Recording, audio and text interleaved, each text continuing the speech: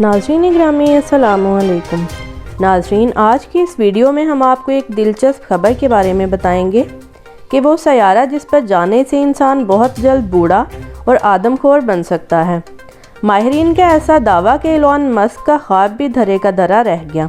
इसकी तमाम तफसील के बारे में आपको इस वीडियो में आगाह करने जा रहे हैं, लेकिन उससे कबल आपसे गुजारिश है कि हमारी वीडियो को लाइक कर दें और हमारे चैनल को सब्सक्राइब करके साथ वाले बेल आइकन को भी प्रेस कर दें ताकि इस तरह की मज़ीद मालूमात आपको सबसे पहले मिल सकें।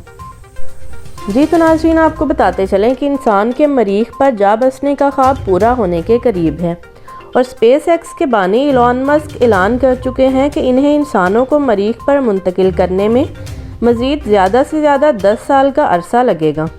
ताहम अब माहिरीन ने मरीख पर जाने के कुछ ऐसे खौफनाक नुकसानात बता दिए हैं कि चाह कर भी कोई मरीख पर नहीं जाना चाहेगा। डेली स्टार के मुताबिक इन माहिरीन का कहना है कि मरीख पर मुमकिना तौर पर इंसान बहुत जल्द बूढ़े हो जाया करेंगे और इस सयारे पर जाकर इंसानों के आदमखोर बन जाने का भी इम्कान है। माहिरीन का कहना है कि ज़मीन पर इंसानों को जिन चैलेंजेस का सामना है, मरीख पर ये चैलेंजेस कई गुना संगीन नौयत के होंगे।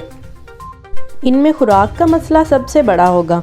माहिरीन ने इस खदशे का इजहार किया कि अगर किसी वजह से ज़मीन से अशियाई खुर्दोनोश की फराहमी तातुल का शिकार हुई तो मरीख पर मौजूद इंसानों के पास एक दूसरे को काट खाने के सिवा कोई चारा ना रहेगा।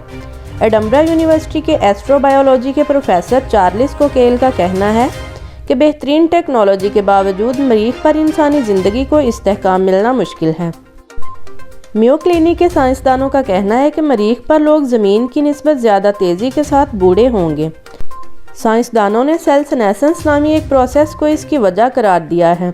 उनका कहना है कि मरीख पर मौजूद इंसानों में ये प्रोसेस मुमकिना तौर पर तेज़ हो जाएगा और वो जल्द बूढ़े हो जाएंगे।